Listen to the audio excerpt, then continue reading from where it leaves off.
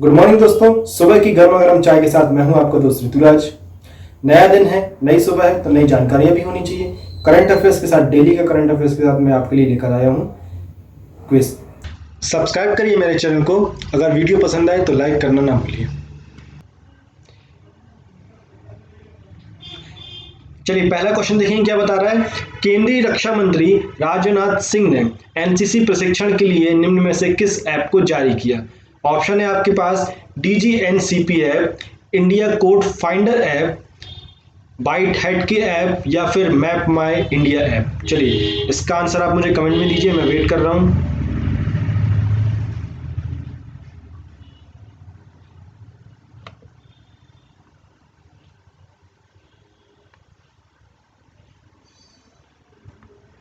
चलिए इसका आंसर देख लेते हैं क्या होता है। इसका आंसर है डीएन डीएन डीजीएनसीपी ऐप। इसका आंसर है डीजीएनसीपी ऐप। रक्षा मंत्री राजनाथ सिंह ने एनसीसी प्रशिक्षण के लिए डीजीएनसीपी ऐप को जारी किया। डीजीएनसीपी ऐप को इन्होंने जारी किया। रक्षा मंत्रालय ने एक बयान में कहा कि कोरोना वायरस के कारण लगाए गए प्रतिबंधों के मद्देनजर एनसीसी कैडेट के प्रशिक्षण पर प्रतिकूल प्रभाव पड़ रहा है। बयान में यह भी कहा उन्होंने कि डीजीएनसीसी ऐप नामक मोबाइल ऐप का उद्देश्य एनसीसी कैडेट्स को पाठ्यक्रम, प्रशिक्षण वीडियो और अक्सर पूछे जाने वाले प्रश्न सहित सभी प्रशिक्षण सामग्री प्रदान करना है। यह ऐप एनसीसी कैडेटों के देशव्यापी ऑनलाइन प्रशिक्षण आयोजित करने में सहायता करेगा। यह डिजिटल लर्निंग में एनसीसी कैडेट्स के लिए उपयोगी होगा और साथ ही साथ कोरोना वायरस के कारण उत्पन्न कठिनाइयों को सामना करने में भी मदद करेगा। तो यहाँ पे हमारे लिए काम की चीजें क्या मिल गई। यहाँ पे नंबर एक चीज ये कि डीजीएनसीपी ऐप, ये एक ऐप है जो कि एनसीसी प्रशिक्षण के लिए लॉन्च किया गया। किसने लॉन्च किया? रक्षा मंत्री राजनाथ सिंह ने। इसका उद्देश्य क्या था? इसका उद्देश्य ये था कि भाई एनसीसी कैडेट्स को पूरा जो पाठ्यक्रम, उनका जो भी एग्जाम से ट्रेनिंग, सारी चीजें, सारे जो पूरा पाठ्यक्रम जो था वो एक ही जगह पे उपलब्ध कराना। क्योंकि अभी कोरोना वायरस की वजह से रेगुलर ट्रेनिंग इनकी नहीं हो रही है, इसलिए उन्होंने एक ऑप्शन निकाला। चलिए देखेंगे नेक्स्ट क्वेश्चन। चलिए इस क्वेश्चन का आंसर मुझे बताइए कमेंट में। बहुत ट्रेंड रहा ये क्वेश्चन। टिकटॉक कंपनी के किस सीईओ ने अपने पद से इस्तीफा दे दिया है? चलिए ऑप्शन है आपके पास राहुल सचदेवा, केविन मेयर, बिन्नी बंसल या फिर आबिद अली नीमचवाला। चलिए इसका आंसर आप मुझे कमेंट में दीजिए, मैं वेट कर रहा हूं। चलिए इसका आंसर क्या होगा देखते हैं। इसका आंसर होगा Kevin mayor. Kevin mayor. Bharat में बैन के बाद अमेरिका में भी संकट का सामना कर रहे टिकटॉक के सीईओ ने इस्तीफा दे दिया। और बता दें आपको कि अमेरिका ने टिकटॉक को सुरक्षा के लिए खतरा बताया था। जैसे कि हमारे भारत में सेम उद्देश्य बताया गया कि भाई टिकटॉक क्यों बैन किया जा रहा है, वैसे ही अमेरिका ने क्या किया था, ये भी बताया कि भाई ये सुरक्षा के लिए टिकटॉक जो है वो खतरनाक है, इसलिए उसको बैन कर दिया गया पूरी तरह से। डिज्नी के पूर्व कार्यकारी अधिकारी मेयर मई ने टिकटॉक के सीईओ बने थे। ये मई में टिकटॉक के सीईओ बने थे। अमेरिकी राष्ट्रपति डोनाल्ड ट्रंप ने टिकटॉक पर प्रतिबंध लगाने का आदेश दिया, जिससे बचने के लिए इनकी मूल कंपनी बाइट डांस को 90 दिन के भीतर अपना अमेरिकी परिचालन करने में किसी कंपनी को बेचना होगा। तो यहाँ पे हमको काम की चीजें क्या मिल गई। काम की एक चीज नंबर एक ये मिली हमको कि टिकटॉक कंपनी का सीईओ का नाम हमको मिल गया, जिसने रिटायर्ड अभी लिया, जिसने मतलब इस्तीफा दे दिया अपना। और साथ ही साथ में पूर्व में केविन मेयर किसके कार्यकारी अधिकारी थे? डिज्नी के थे। डिज्नी के पूर्व कार्यकारी अधिकारी थे। चलिए इसके बाद एक और चीज हमको यहाँ पे मिल गई कि राष्ट्रपति डोनाल्ड ट्रंप ने इस पर प्रतिबंध लगाया था। और साथ ही साथ में इसकी मूल कंपनी, किसकी मूल कंपनी? टिकटॉक की मूल कंपनी, जो हमारी पेरेंट कंपनी है वो कौन सी है? हमारी बाइट डांस। क्लियर होगी बातें। चलिए आगे बढ़ेंगे। Next question. केंद्र सरकार तीनों सेनाओं को मजबूती प्रदान करने के लिए किस जगह एयर डिफेंस कमांड की स्थापना कर सकता है? चलिए इसका ऑप्शन है हमारे पास पटना, रांची, लखनऊ या फिर प्रयागराज। चलिए इसका आंसर आप मुझे कमेंट में दीजिए क्या होगा। चलिए इसका आंसर होने वाला है प्रयागराज। अब कुछ डिटेल्स जान लेते हैं क्या होता है। एलसी और एलओसी लाइफ ऑफ कंट्रोल पर जारी तनाव के बीच सरकार तीनों सेनाओं को लगातार तेजी से मजबूत करने में लगी हुई है। सैन्य मामलों के विभाग ने सशस्त्र बलों के पुनर्गठन की प्रक्रिया तेज कर दी है। इसी के तहत अक्टूबर के दूसरे सप्ताह के दौरान प्रयागराज, जिसको इलाहाबादी बोला जाता है, में भारतीय वायुसेना के तहत नई एयर डिफेंस कमांड की स्थापना की गई। इस एयर डिफेंस कमांड का गठन भारतीय वायुसेना की मध्य कमान मुख्यालय के साथ किया गया।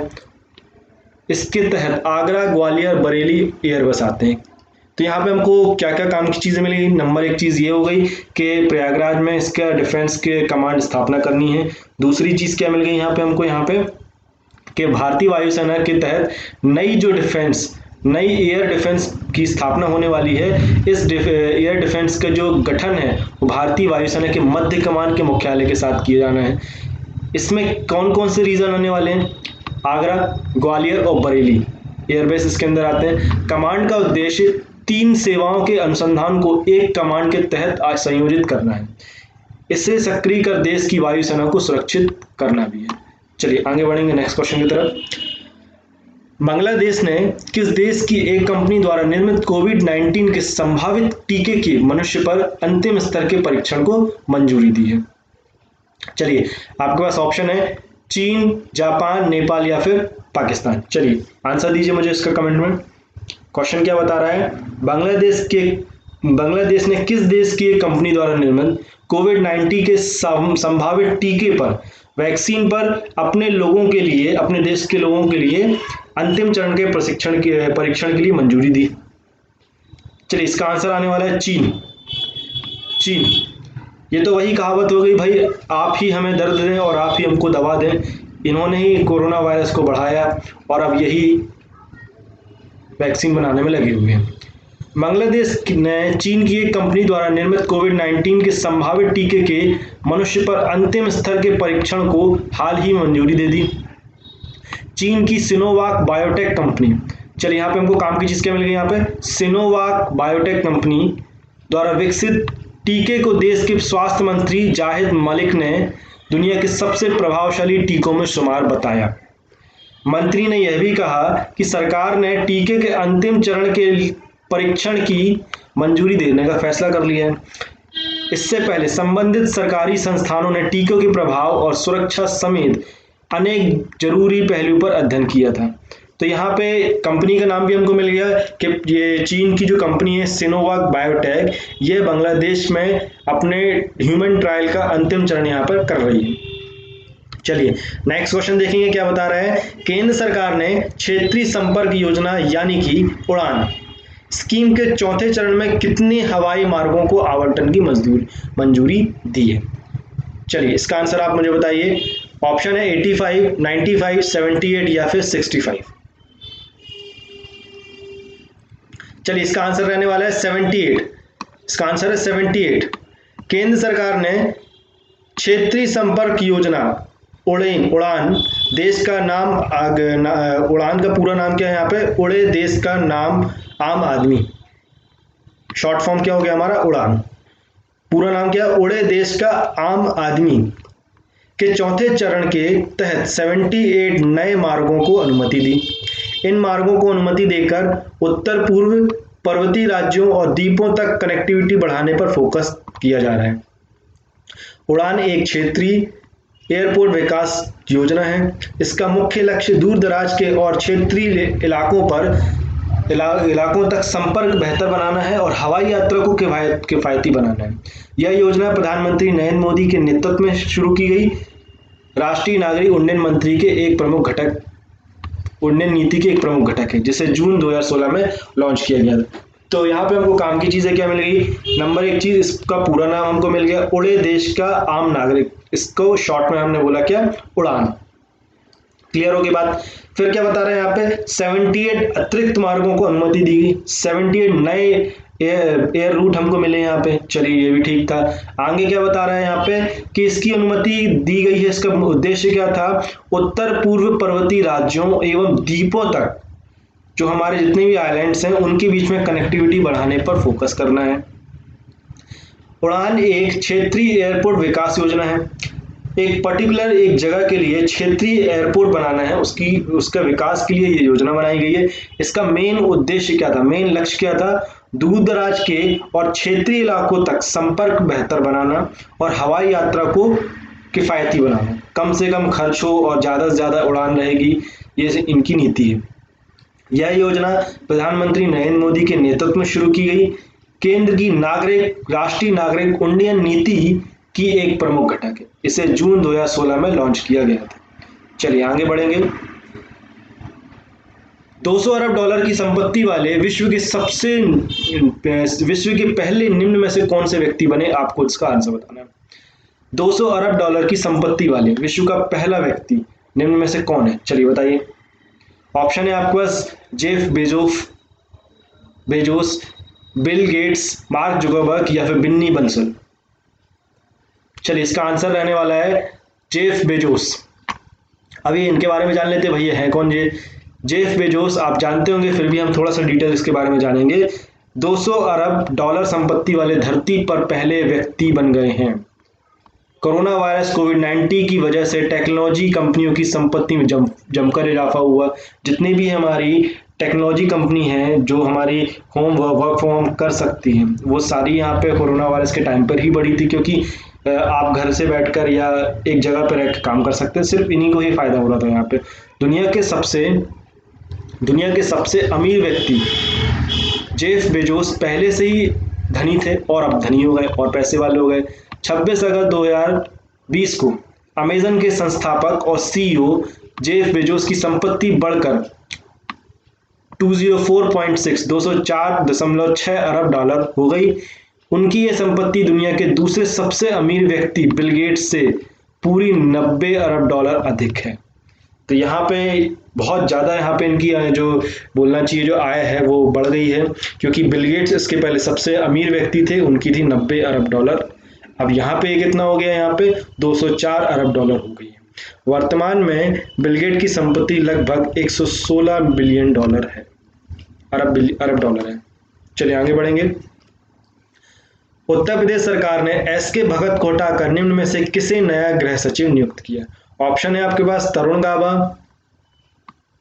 बी राजेंद्र कुमार तिवारी, सी विजय पिपलानी या फिर डी मनोज कुमार सिंह। चलिए इसका आंसर दीजिए मुझे कमेंट में। और आपने अगर अभी मेरे चैनल को सब्सक्राइब नहीं किया है तो प्लीज़ इसे सब्सक्राइब कर लीजिए, जिससे कि आपको आने वाले क्वेश्चंस या आने वाले जो वीडियो की नोटिफिकेशन मिलते रहें। और अगर वीडियो आपको पसंद आ रहा है तो एक लाइक जरूर दबा दीजिए।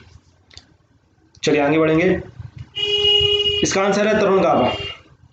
उत्तर प्रदेश सरकार ने एस के भगत को हटाकर तरुण गाबा को नया गृह सचिव नियुक्त किया। इससे पहले तरुण गाबा आईजी विजिलेंस में थे। उनकी जगह पर एस के भगत को भेजा गया है। और साथ ही साथ में 2001 के मतलब कुल मिला के यहाँ पे स्वैपिंग हो गई है। इनको उत्तर प्रदेश मतलब जहाँ पे ये थे वहाँ से इनको चेंज करके दूसरे को वहाँ भेज दिया है, स्वैपिंग कर दी यहाँ पे। 2001 बैच के आईपीएस अफसर तरुण गाबा केंद्रीय प्रतिनियुक्ति से यूपी कैडर में वापस आए हैं। पहले ये सेंट्रल डिपार्टमेंट में थे, फिर इसके बाद फिर ये वापस किस में आ गए, अपने जो यूपी कैडर में आ गए। तरुण गाबा सीबीआई में तैनात थे और आईपीएस राकेश अस्थाना के केस के इंचार्ज भी थे। केंद्रीय प्रतिनियुक्ति से लौटने के बाद तरुण गाबा को आईजी विजिलेंस बनाया गया था। चलिए आगे बढ़ेंगे। नेक्स्ट क्वेश्चन है, हाल ही में केंद्रीय संस्कृति मंत्रालय ने स्मारकों के प्रबंधन में सुधार हेतु भारतीय पुरातत्व सर्वेक्षण के कितने नए प्रशासनिक सर्कल की स्थापना की। ऑप्शन है आपके पास 10, A10, B7, C4 या फिर D3। चलिए इसका आंसर मुझे आप कमेंट में दीजिए, क्या आने वाला है।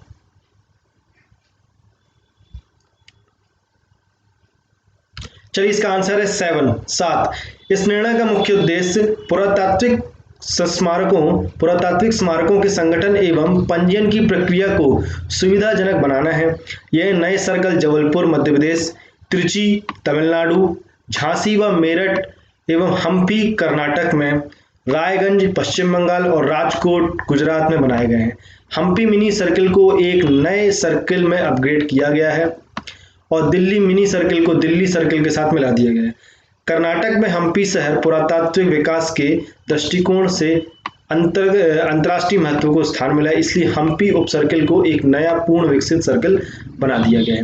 तो यहाँ पे एक चीज़ हमको मिल गई यहाँ पे कि अभी रिसेंट में क्या क्या हुआ, केंद्रीय संस्कृति मंत्रालय ने क्या किया, यहाँ पे भारतीय पुरातात्विक सर्वेक्षण के नए प्रशासनिक सर्किलों की स्थापना की। यहाँ पर ये नए सर्किल कौन से हो गए हमारे, एक हो गया हमारा जबलपुर का मध्य प्रदेश, त्रिची तमिलनाडु में, झांसी व मेरठ उत्तर प्रदेश, हम्पी का कर्नाटक और रायगंज जो है वो पश्चिम बंगाल, राजकोट गुजरात में ये बनाए गए हैं।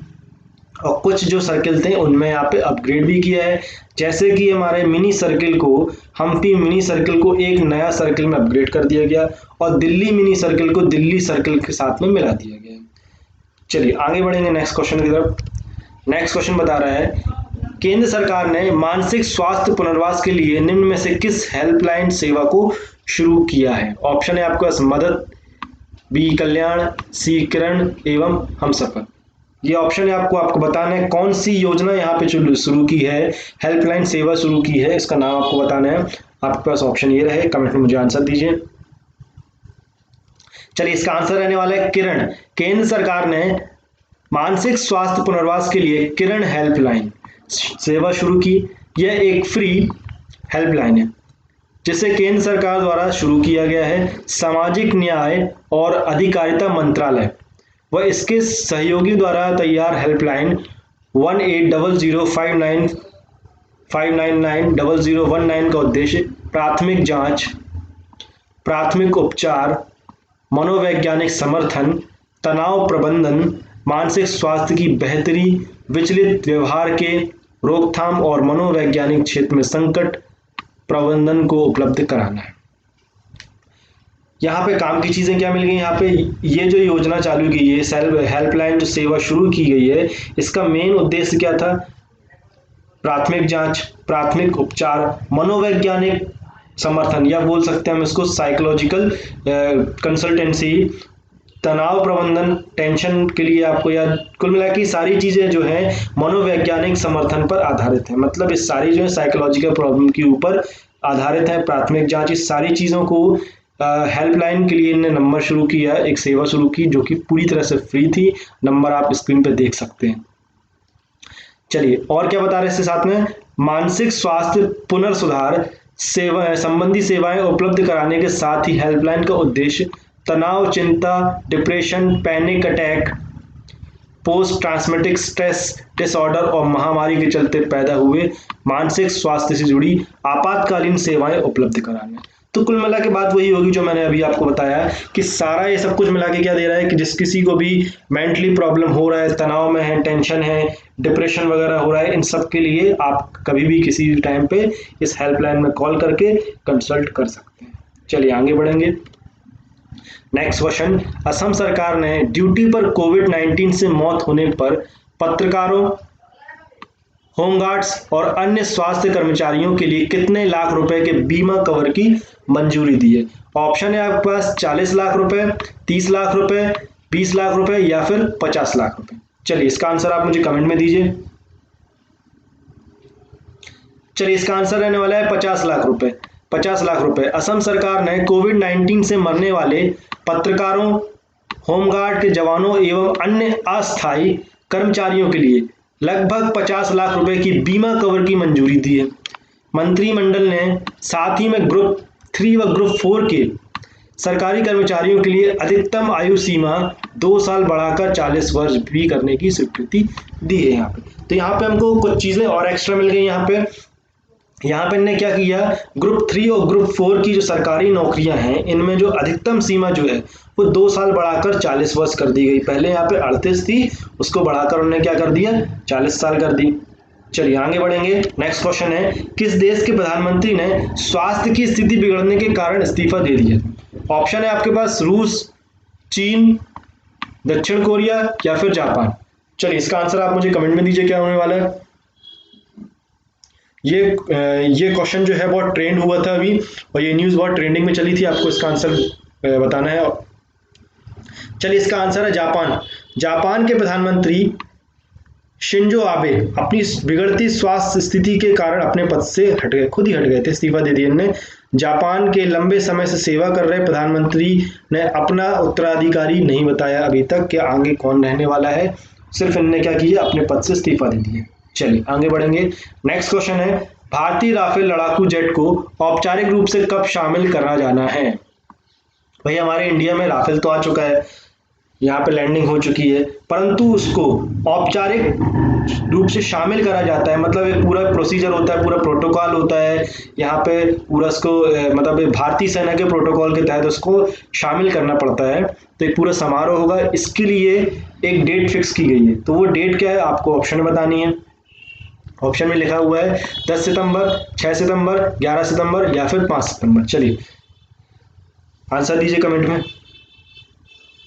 चलिए इसका आंसर है 10 सितंबर।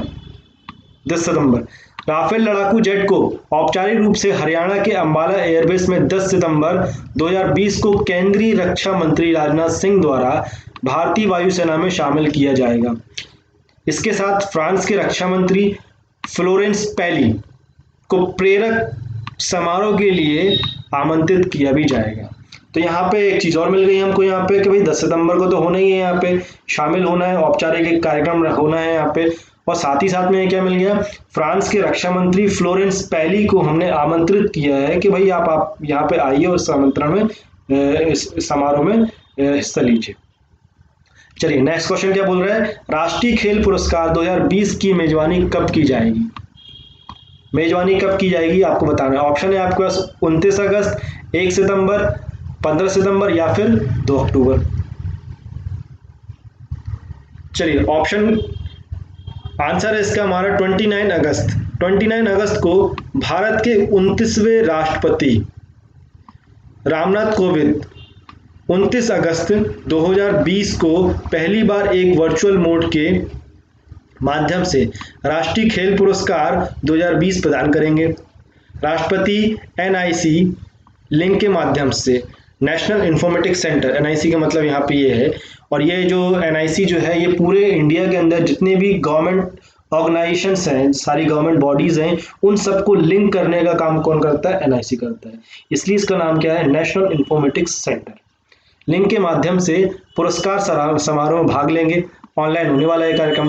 राष्ट्रपति का घर, जबकि सभी पुरस्कार प्राप्तकर्ता देश भर के विभिन्न साई और एनआईसी केंद्रों में समारोह से भाग लेंगे। चलिए तो यहाँ पे काम की चीजें क्या क्या मिल गई। नंबर एक चीज मिल गई यहाँ पे क्या, कि जो हमारे जो अभी वर्तमान में जो राष्ट्रपति जो हैं वो 29वें नंबर के हैं। चलिए ठीक है। फिर क्या मिल गया हमको यहाँ पे, एनआईसी की मिल गई। यहाँ पे एनआईसी का फुल फॉर्म क्या होता है हमारा, नेशनल इंफॉर्मेटिक्स सेंटर। इसका काम क्या है, गवर्नमेंट बॉडीज, इंडिया के अंदर जितनी भी गवर्नमेंट बॉडीज हैं उन सबको लिंक करना, उनके डेटा को लिंक करके रखना, सारा डेटा सेंट्रलाइज करके रखना। ये किसका काम है, हमारा एनआईसी का काम है, नेशनल इंफॉर्मेटिक्स सेंटर का काम है।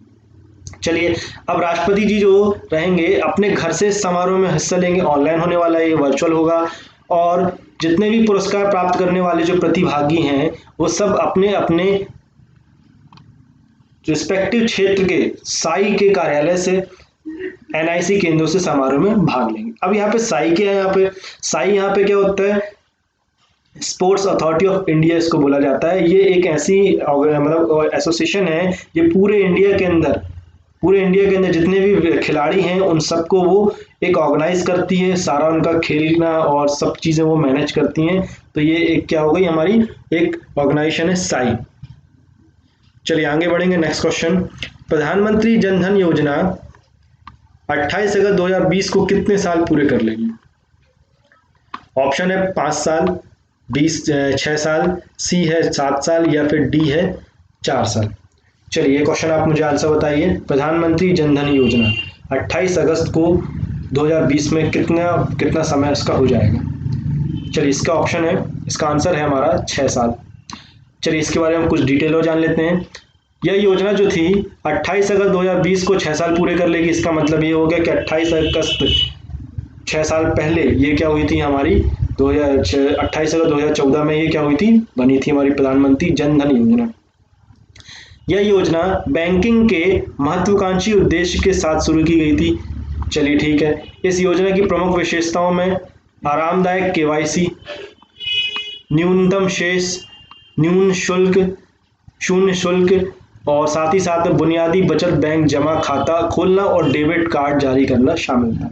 मेन इसके की फैक्टर्स क्या क्या थे? केवाईसी होना चाहिए सभी की। दूसरी चीज शून्य शेष, मतलब आप मिनिमम बैलेंस आप कुछ भी रखो, जीरो भी रखोगे कोई दिक्कत नहीं है। न्यूनतम शुल्क होना चाहिए या फिर शुल्क जो है वो जीरो के बराबर हो। बुनियादी बचत बैंक खाता होना चाहिए, मतलब एक बेसिक सेविंग अकाउंट हर किसी के पास, हर नागरिक के पास होना चाहिए और उनके पास इसको यूज करने के लिए डेबिट कार्ड भी जारी किया गया था। चलिए आगे बढ़ेंगे। नेक्स्ट क्वेश्चन, किस राज्य की विधानसभा ने राज्य को छठी अनुसूची के तहत लाने का प्रस्ताव पारित किया? ऑप्शन है हमारे पास ए मध्य प्रदेश, बी आंध्र प्रदेश, सी अरुणाचल प्रदेश या फिर डी असम। चलिए इसका आंसर आप मुझे कमेंट में दीजिए। चलिए इसका आंसर रहने वाला है अरुणाचल प्रदेश राज्य विधानसभा ने संविधान की छठी अनुसूची के तहत राज्य लाने का प्रस्ताव पारित किया। राज्य के जनजातियों की सुरक्षा के प्रावधानों को शामिल करते हुए यह संकल्प अनुच्छेद 371H में भी संशोधन करता है। चलिए आगे बढ़ेंगे। यूक्रेन ने किस राष्ट्र के साथ अपनी बातचीत को विफल कर दिया है? किस राष्ट्र के साथ ये बातचीत कर रहे थे, वार्ता हो रही थी, इसको उन्होंने विफल कर दिया, मतलब यहाँ पे सरेंडर कर दिया, कैंसिल कर दिया। कौन सा वो देश है भाई? बेलारूस। बेलारूस जो है, यूक्रेन ने बेलारूस के साथ संपर्क भंग कर दिया है और निंदा में यूरोपीय संघ में शामिल हो गया है। चलिए शामिल हो गया है कि राष्ट्र में हाल ही में हुए चुनाव स्वतंत्र या निष्पक्ष नहीं थे। यूक्रेन में 9 अगस्त को राजनीतिक उथल पुथल के दौरान अशांति फैलाने पर टिप्पणी करते हुए यूक्रेन अब तक पहरा दे रहा था। राष्ट्रपति चुनाव जिसमें अलेक्जेंडर लुकाशेंको ने फिर से चुने जाने पर चर्चा हुई यहाँ पे। चलिए आगे बढ़ेंगे। नेक्स्ट क्वेश्चन है 27 अगस्त को आवासी आसियान भारत व्यापार परिषद की बैठक भारत का प्रतिनिधित्व किसने किया था? ऑप्शन है आपके पास प्रकाश जावड़ेकर, पीयूष गोयल, एस जयशंकर या फिर निर्मला सीतारमण। 27 अगस्त को आवासी आसियान भारत व्यापार परिषद की बैठक हुई थी, इसमें भारत का प्रतिनिधित्व किसने किया था? ऑप्शन ये रहे, आंसर है हमारा पीयूष गोयल ने।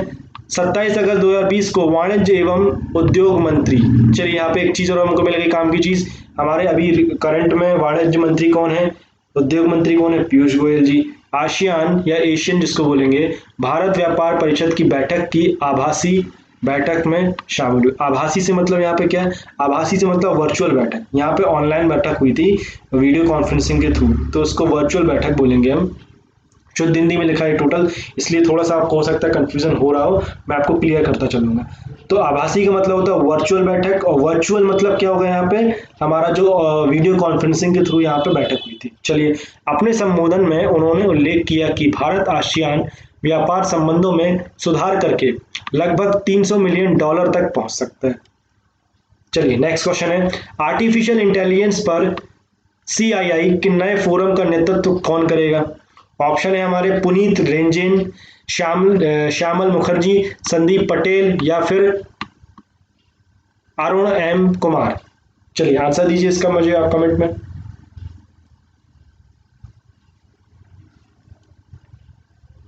चलिए इसका आंसर रहने वाला है संदीप पटेल। संदीप पटेल।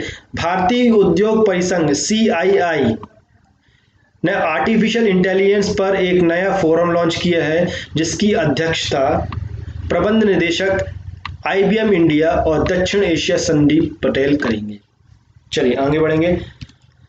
विश्व फोटोग्राफी दिवस कब मनाया जाता है? वर्ल्ड फोटोग्राफी डे किस दिन मनाया जाता है, आपको ये बताना है। ऑप्शन है आपके पास 10 फरवरी, 12 मार्च, 19 अगस्त या फिर 15 अप्रैल। चलिए इसका आंसर आप मुझे कमेंट में दीजिए। चलिए इसका आंसर है 19 अगस्त को। हर साल 19 अगस्त को पूरी दुनिया में विश्व फोटोग्राफी दिवस मनाया जाता है। यह दिन उन लोगों को समर्पित होता है जिन्होंने खास पलों को तस्वीरों में कैद कर उन्हें हमेशा के लिए यादगार बना दी, हमेशा के लिए जिंदा रख दिया। विश्व फोटोग्राफी दिवस विश्व फोटोग्राफी दिवस का महत्व जागरूकता पैदा करना है, विचारों को साझा करना है और फोटोग्राफी के क्षेत्र में लोगों को आने के लिए प्रोत्साहित करना है। तो यहाँ पे मेन उद्देश्य इसका क्या मिल गया भाई, यहाँ पे आपको फोटोग्राफी को अवेयर करना है कि आप फोटोग्राफी में जागरूकता फैलाना है, विचारों को साझा करना, आप फोटोग्राफी के जरिए अपने विचारों को कैसे साझा कर सकते हैं और साथ ही साथ में फोटोग्राफी के क्षेत्र में आने के लिए इम्प्रोवाइजेशन देना है। चलिए आगे बढ़ेंगे। नेक्स्ट क्वेश्चन है, निर्वाचन चुनाव आयुक्त ने अपने पद से इस्तीफा दे दिया, उनका पूरा नाम क्या है? ऑप्शन है आपके पास अशोक लवासा, सुनील अरोड़ा, ओम प्रकाश रावत या फिर डी मनोज कुमार। चलिए इसका आंसर आप मुझे दीजिए कमेंट में। चलिए इसका आंसर है अशोक लवासा। अशोक लवासा ने चुनाव आयुक्त के पद से इस्तीफा दे दिया। उन्होंने 18 अगस्त 2020 को राष्ट्रपति रामनाथ कोविंद को अपना इस्तीफा सौंपा था। अब अशोक लवासा एशियाई विकास बैंक एडीबी में उपाध्यक्ष पद को संभालेंगे। वे एडीबी में दिवाकर गुप्ता का स्थान लेंगे। दिवाकर गुप्ता का कार्यकाल 31 अगस्त को समाप्त हो रहा है। अशोक लवासा हरियाणा कैडर के 1980 बैच के रिटायर्ड आईएएस अधिकारी हैं। अशोक लवासा के पास ऑस्ट्रेलिया में दक्षिण क्रॉस विश्वविद्यालय से एमबीए की डिग्री की और मद्रास विश्वविद्यालय से रक्षा और सामरिक अध्ययन पर एमफिल डिग्री को उन्होंने ग्रहण किया। तो यहाँ पे क्या चीज़ें मिल गई और काम की चीज़ें कि भाई अशोक लवासा ने क्या बोलते हैं रिटायर्ड तो कर होगा, यहाँ से कहाँ से इस्तीफा दे दिया इन्होंने अपने निर्वाचन आयोग से, परंतु इसके बाद कहाँ जाएंगे? इसके बाद ये जा रहे हैं यहाँ पे वह एशियाई विकास बैंक जिसको एडीबी बोलते हैं उसका उपाध्यक्ष का पद वो संभालने वाले हैं। और ये कहाँ के हैं? ये हरियाणा कैडर के 1980 बैच के रिटायर्ड आईएएस ऑफिसर हैं। इन्होंने पढ़ाई कहाँ से की? इन्होंने पढ़ाई ऑस्ट्रेलिया के पास से दक्षिण क्रॉस विश्वविद्यालय से एमबीए की डिग्री की और मद्रास विश्वविद्यालय से इन्हें रक्षा और सामाजिक अध्ययन में एमफिल किया। तो ये सारे यहाँ पे चीज़ें हमने देख ली। यहाँ पे हमारा क्या आज का करंट अफेयर्स।